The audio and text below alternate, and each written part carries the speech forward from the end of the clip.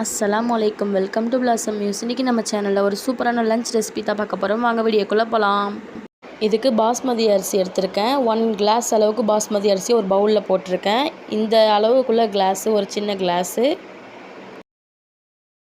இதை நம்ம நல்லா 2-3 தடவை வாஷ் பண்ணிக்கலாம். வாஷ் பண்ணிவிட்டு இதை நம்ம ஊற வச்சிடலாம் 1/2 மணி நேரம்.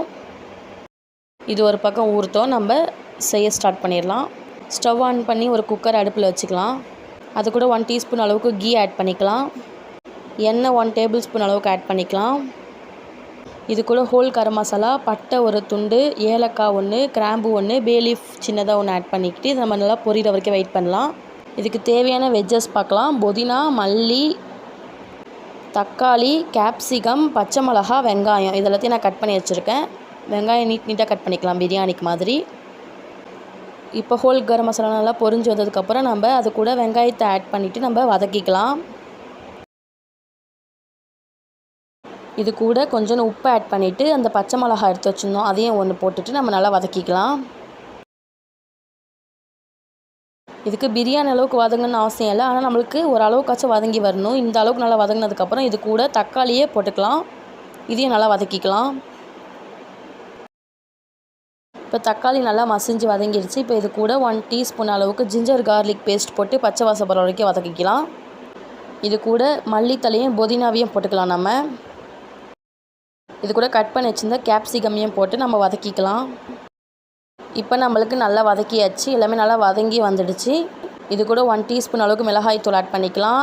1/2 டீஸ்பூன் அளவுக்கு ஜீரகத்தூள் ஆட் பண்ணிக்கலாம். Garam masala 1 teaspoon, biryani masala 1 teaspoon add பண்ணிக்கலாம். தயிர் 1 டேபிள் ஸ்பூன் ஆட் பண்ணிக்கலாம். உப்பு இதுக்கு தேவையான அளவுக்கு போட்டுட்டு மிக்ஸ் பண்ணிக்கலாம். பாருங்கள், நம்ம மசாலா நல்லா வதங்கி வந்து சூப்பராக ரெடி ஆகிருக்கு. இப்போ தண்ணி ஆட் பண்ணிக்கலாம். அந்த சின்ன கிளாஸில் நம்ம 1 கிளாஸ் அளவுக்கு அரிசி எடுத்தோம், அதுக்கு 2 கிளாஸ் அளவுக்கு நம்ம தண்ணி ஊற்றிக்கணும். இந்த கிளாஸ் அளவுக்கு தான் 2 கிளாஸ் அளவுக்கு நான் தண்ணி ஊற்றிருக்கேன். 1 கிளாஸ் அளவு அரிசிக்கு, பாஸ்மதி அரிசி. இப்போ நம்ம சால்ட் ஆட் பண்ணிக்கலாம். எப்போவுமே தண்ணியில் சால்ட் எக்ஸ்ட்ரா நம்மளுக்கு கக்கிற மாதிரி இருக்கணும் லைட்டாக. அப்போ தான் நம்மளுக்கு அரிசி வெந்து வரும்போது நல்லாயிருக்கும், சாப்பிட்றதுக்கு கரெக்டாக இருக்கும் உப்பு. இப்போ அரிசியும் நம்மளுக்கு நல்லா ஊறி வந்துடுச்சு. இப்போ நம்ம இது கூட இது கொதி வந்ததுக்கப்புறம், இந்த தண்ணி கொதி வந்ததுக்கப்புறம் நம்ம ஆட் பண்ணிக்கலாம் அரிசியை தண்ணி இல்லாமல். இப்போ ரைஸ் ஆட் பண்ணியாச்சு. இப்போ நம்ம இதை சும்மா நார்மலாக க்ளோஸ் பண்ணி வச்சுட்டு தலபலன்னு கொதிக்கிற வரைக்கும் வெயிட் பண்ணிக்கலாம். இந்த மாதிரி தலபலன்னு கொதிச்சதுக்கப்புறம் உப்பு செக் பண்ணிப்போம். பத்தாத மாதிரி இருந்துச்சுன்னா கொஞ்சம் போட்டுக்கலாம். இப்போ பாருங்கள், அரிசி நம்மளுக்கு மேலாகமாக வந்துடுச்சு. இந்த மாதிரி நம்மளுக்கு வந்ததுக்கப்புறம் நம்ம குக்கரை க்ளோஸ் பண்ணி 3 விசில் வச்சிடலாம் லோ ஃப்ளேம்லேயே. 3 விசிலுக்கு அப்புறம் ஸ்டவ் ஆஃப் பண்ணிவிட்டு அதுக்கு ப்ரெஷர் போனதுக்கப்புறம் ஓப்பன் பண்ணால் நம்ம ரைஸ் சூப்பராக ரெடி ஆகி வந்திருக்கு. ஒன்றோடு ஒன்று ஒட்டாமல், அரிசி உடையாமல் சூப்பராக வந்திருக்கு பாருங்கள்.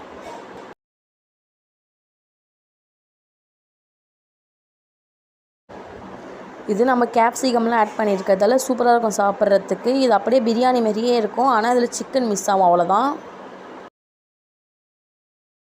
பாருங்கள், நம்மளோட ரைஸ் சூப்பராக நீட்டாக உதிரியாக குலையாமல் உடையாமல் சூப்பராக வந்திருக்கு. இதை உங்கள் வீட்டில் ட்ரை பண்ணி பார்த்துட்டு எப்படி வந்துச்சுன்னு எனக்கு சொல்லுங்கள். இந்த வீடியோ உங்களுக்கு பிடிச்சிருந்தா லைக் பண்ணுங்கள், ஷேர் பண்ணுங்கள், கமெண்ட் பண்ணுங்கள், மறக்காமல் சப்ஸ்கிரைப் பண்ணிடுங்க. தேங்க்ஸ் ஃபார் வாட்சிங். சேனல் நேம் போட்டு உள்ளார போய் சப்ஸ்கிரைப் பண்ணிவிட்டு அதில் ஆளுங்கிற பட்டனை ப்ரெஸ் பண்ணிக்கோங்க. அப்போ தான் நான் போடுற வீடியோ உங்களுக்கு உடனே நோட்டிஃபிகேஷனாக வரும். மறக்காமல் சப்ஸ்கிரைப் பண்ணிடுங்க.